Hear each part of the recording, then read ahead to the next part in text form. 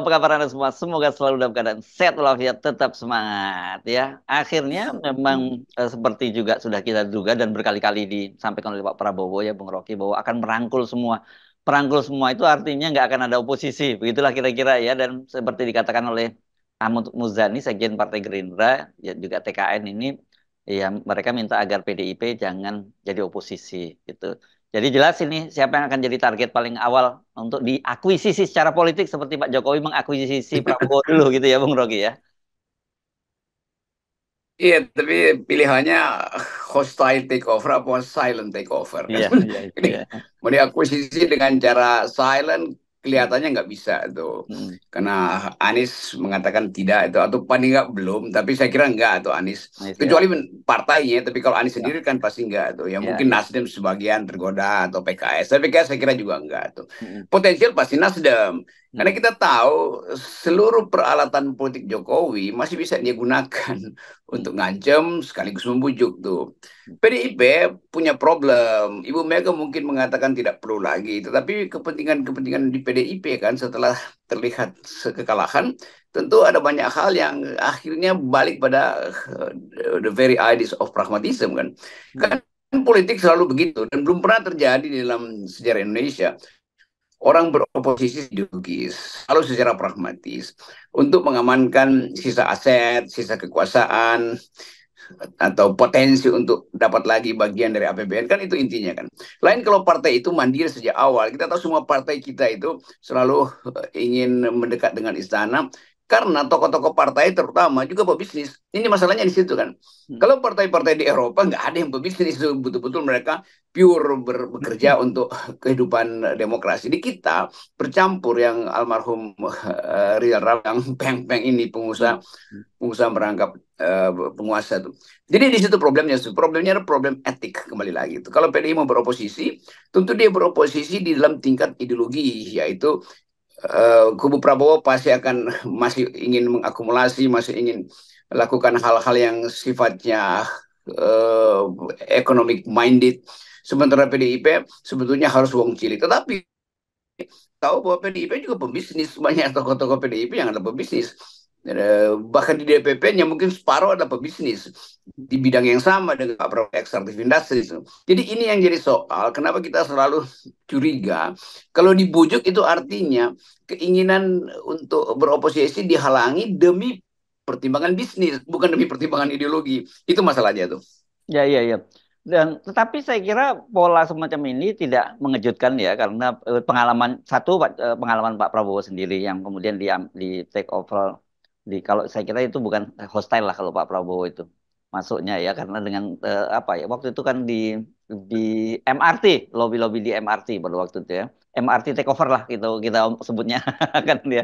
Nah dan kemudian apa ya, Pak Prabowo kan juga mengakui bahwa dia belajar politik dari Pak Jokowi dan sejauh ini dia merasa oh ternyata berhasil jadi kenapa nggak dilanjutkan mungkin kira-kira begitu yang dipikirkan oleh Prabowo. Tapi saya menduga ini cuma umpan aja sebetulnya Oh untuk oke. melihat Hmm, tingkat kemarahan PDIP atau tingkat kemarahan hmm, Nasdem. hmm, Sebetulnya ini umpan pertama supaya nanti kalau nggak dia jadi kabinet ya nggak maksa lah kira-kira. hmm, Atau koalisi Pak Prabowo ingin tahu berapa banyak kita dapat nih. hmm. Dan Prabowo juga ingin tahu berapa sih yang kalian tuntut kalau saya masih Oh jatah pada oke. PDIP maupun uh, Nasdem misalnya kan. Hmm, Kan tentu koalisi ini Golkar terutama dan PAN tidak menginginkan adanya PDIP, tidak menginginkan adanya Nasdem. pasti Tetapi bagi Prabowo itu diperlukan karena tema Prabowo dari dulu adalah kesatuan, persatuan, bangkit bersama, Indonesia harus ditata ulang karena itu perlu persatuan. Ya itu bagus juga. Tetapi Pak Prabowo juga mesti sadari bahwa di dalam ide persatuan itu harus ada ide yang menuntun dan yang menjaga tuh. Itu penting oposisi. Walaupun kultur Indonesia itu oposisi juga nggak pernah maksimal tuh, karena dianggap ya beroposisi itu artinya bagian dari kalah itu. Tetapi itu penting sebagai pertanggungjawaban dari sistem demokrasi kan. ya. Jadi kalau kita pilih demokrasi maka mesti menghormati oposisi.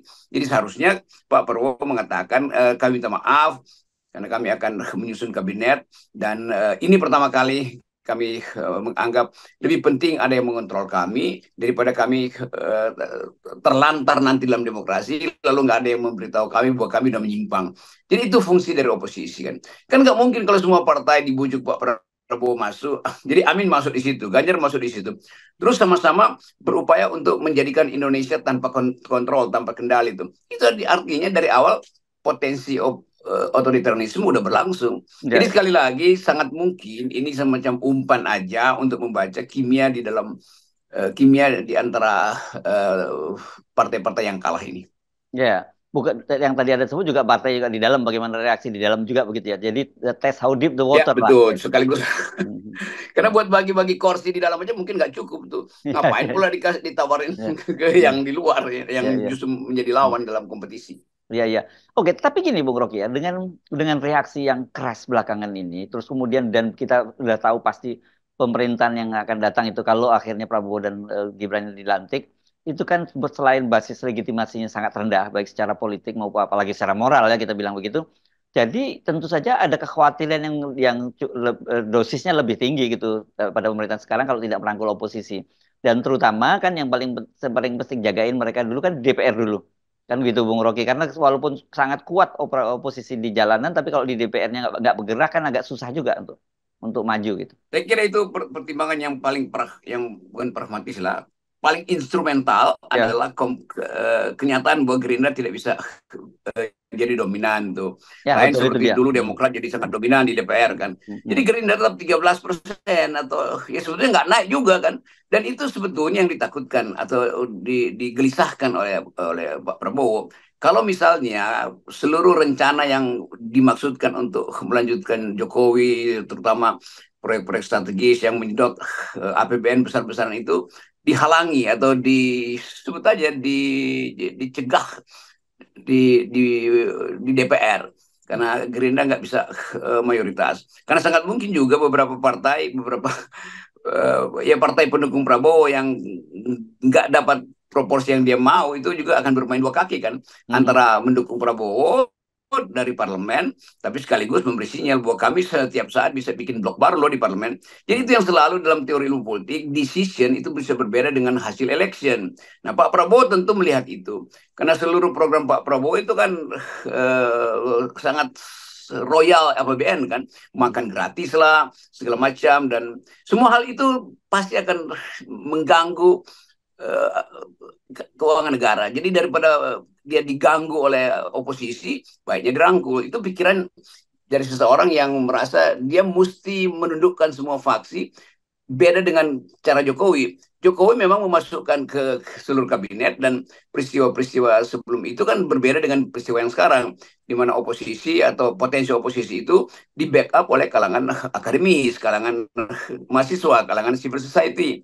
Bahkan mungkin potensi berkumpulnya kembali gerakan mahasiswa itu untuk mempersoalkan bukan Prabowo yang dipersoalkan, tetap mereka akan mempersoalkan Gibran karena Gibran ini sampai kapanpun akan dianggap sebagai uh, proses yang tercelah itu. Apapun hukum positifnya udah katakan iya, tetapi kecerewatan mereka yang merasa bahwa kok nggak pantas ya, terutama anak-anak muda ini dan mahasiswa, itu akan termanifestasi di dalam gerakan-gerakan politik berikutnya, yang mungkin masih akan berlangsung panjang sampai bulan Oktober.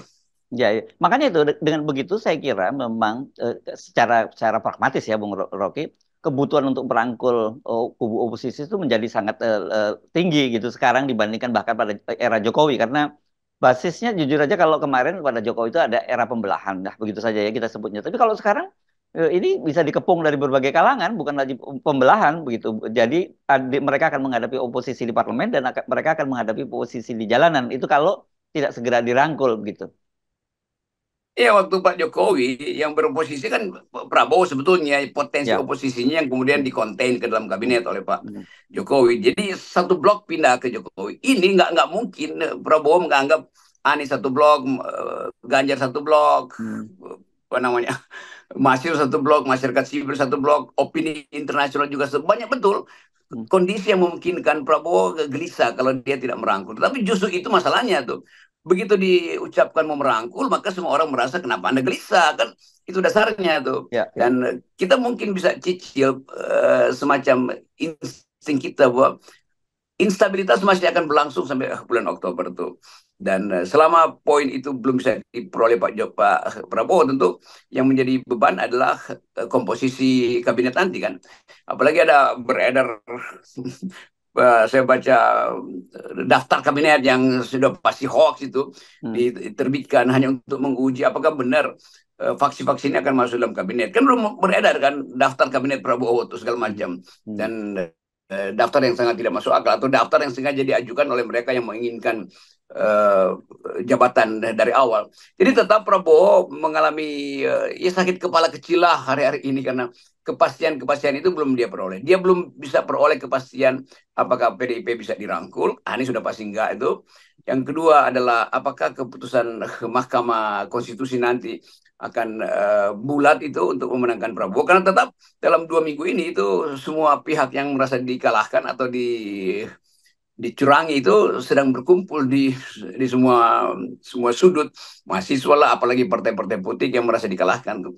Jadi kelihatannya Pak Prabowo lagi testing the water kira-kira itu. Saya kira itu bagus juga supaya pemetaan politik bisa lebih tepat dipakai untuk menyusun kabinet nanti. Ya, ya. Ini kan kalau kita bicara di dalam negeri, ini juga mulai mengeras kan kemarin misalnya Bang Yos bersama dengan Pak Fahru Rozi yang notabene pernah menterinya Pak Jokowi bersama ratusan purnawirawan TNI Polri juga dengan tegas, dengan keras menyatakan bahwa Jokowi harus dimakzulkan dan paslon 02 didiskualifikasi kan begitu. Ini juga yang nggak boleh dianggap sederhana. Dan tadi juga ada sebut soal opini luar negeri ya. Saya juga terheran-heran karena sejumlah media internasional itu menggunakan bahasanya sudah lugas-lugas saja. Misalnya South China Morning Post itu saya lihat mereka menyebutnya bahwa nepotism win Indonesian election. Dia tidak nyebut Prabowo yang menang, tapi nepotism win election Indonesian election. Coba bayangkan media asing membuat, saya membayangkan ini seperti judul-judul YouTube di Indonesia ini judulnya udahan gitu. Jadi kelihatannya ada geng internasional yang berupaya menonton Indonesia dan sebelum filmnya selesai beberapa caption mungkin dimanipulasi itu. Dan dimanipulasi artinya dijadikan alat untuk menekan Prabowo. Sebetulnya itu yang terjadi kan. Walaupun Putin mengucapkan selamat, Perdana Menteri Inggris mengucapkan selamat, tetapi secara umum kepastian-kepastian internasional kan belum kita lihat karena Amerika masih menahan diri itu untuk menunggu hasil akhirnya tuh. Jadi sebetulnya kalau kita baca diplomatik itu ada koordinasi global yang berupaya untuk sedikit menahan diri tapi juga sedikit pragmatis untuk melihat potensi Indonesia ditumbuhkan atau menumbuhkan harapan bahwa Indonesia akan dipimpin secara demokratis, tidak akan ada korupsi, dan itu yang sebetulnya ditekankan oleh pers asing walaupun memuji Indonesia. Tapi saya baca misalnya keterangan dari Rishi Perdana Menteri Inggris, ya. Dia kasih sinyal bahwa oke, kami menyambut baik pemerintahan Pak Prabowo nanti selamat, tetapi kami ingin supaya ada kerjasama di bidang kepastian demokrasi dan lingkungan hidup. Kan itu satu sinyal yang kuat sekali bahwa Indonesia disorot dalam dua soal itu, demokrasi dan lingkungan hidup. Dalam demokrasi ada soal HAM, soal pelanggaran hukum, soal konstitusi. Jadi tetap masih ada dimensi yang belum selesai itu.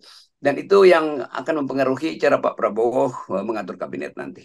Ya, jadi saya kira ini pasti mereka akan dalam hal ini Prabowo Gibran itu akan all out gitu ya sebenarnya untuk merangkul oposisi di parlemen. Yang paling pertama mereka harus tundukkan itu dulu kan parlemen itu dengan cara menundukkan parlemen minimal mereka sudah bisa menarik napas lega gitu. Dan itu kan bukan hanya sekedar kemudian kontrol di parlemen, tetapi kan banyak sekali saya kira regulasi baru yang harus dibuat untuk mengadopsi konsesi-konsesi yang mereka yang mendukung pasangan ini untuk memenangkan Pilpres kan Bung Rocky. Ya, itu problem berikut lagi kan. Semua konsesi itu mesti dimanifestasikan dalam undang-undang. Tentu udah banyak proposal masuk ke tim Prabowo, diam-diam mungkin dari PDIP atau kan banyak calon sekarang yang mendekat Prabowo kan. Dan itu yang membahayakan karena kalau kita lihat dari atas, ketenangan batin Prabowo itu belum dia peroleh. Dia baru peroleh ketenangan kuantitatif yaitu 58% bahkan mungkin atau disebutnya 60%. Tetapi makin jauh jaraknya itu makin orang menduga kok terlalu jauh jaraknya ya. Jadi itu bahayanya kan. Kalau Prabowo misalnya menang 51 ya oke, mungkin masih masih bisa dianggap bahwa itu kemenangan yang tipis. Tapi justru kalau angkanya makin tinggi, orang makin curiga tuh. Betul. Dan itu yang sebetulnya lagi ditunggu oleh pihak lawannya. Dan saya kira bagus saja Prabowo mempersilahkan pihak lawan itu mengumpulkan bukti. Dan itu bagi Prabowo tentu seberapa banyak pun bukti yang diajukan itu, tapi kalau angkanya makin tinggi, makin susah dibuktikan di Mahkamah Konstitusi nanti kan. Jadi di situ asumsi-asumsi yang dibuat sekarang bahwa ada kecurangan, iya, tapi mengumpulkan bukti yang terlalu terlalu jauh itu juga agak susah ke Mahkamah Konstitusi. Sementara kalau angka Prabowo makin tinggi, justru dicurigai kan. Jadi dilemanya di situ. Kalau kemenangan Prabowo makin tinggi, dicurigai, dan itu berarti harus dibuktikan dan makin susah membuktikan. Kalau cuma 1-2% ya mungkin bisa dibuktikan, tapi kalau kecurangannya tinggi sekali kan susah dibuktikan. Jadi Pak Prabowo juga mengerti bahwa ya dia udah dapat fakta bahwa untuk memenangkan gugatan kecurangan itu perlu bukti yang panjang itu. Jadi Anies 25, Prabowo 60 misalnya, bagaimana buktiin itu kan berat secara faktual. Tetapi juga orang melihat satu potensi sebut aja saling mendekat, karena tadi di PDIP tetap ada para pebisnis, demikian juga di Nasdem. Nah, bagian itu saya kira yang diincar atau diperhatikan secara hati-hati oleh Pak Prabowo. Faksi-faksi di PDIP tetap membutuhkan Gerindra untuk mengatur regulasi demi kepentingan bisnis PDIP. Demikian juga hal yang sama berlaku pada Nasdem.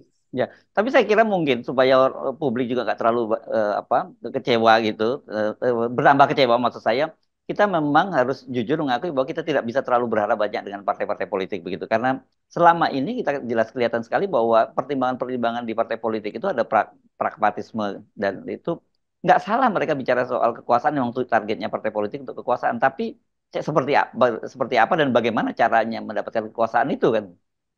Nah, itu betul. Jadi setelah pemilu selesai, memang ada dugaan sangat kuat tentang Ya, kecurangan. Tetapi kalau kita bilang kita pro Nasdem betul pro PD, tunggu dulu, itu sama ya. juga tuh. Hmm.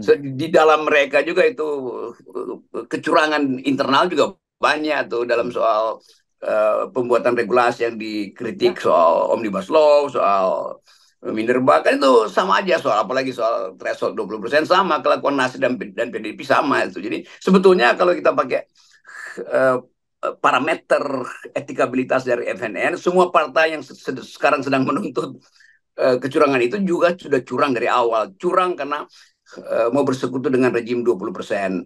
Curang karena mengiyakan Omnibus Law. Curang karena mempromosikan perubahan Undang-Undang KPK. Curang karena macam-macam itu.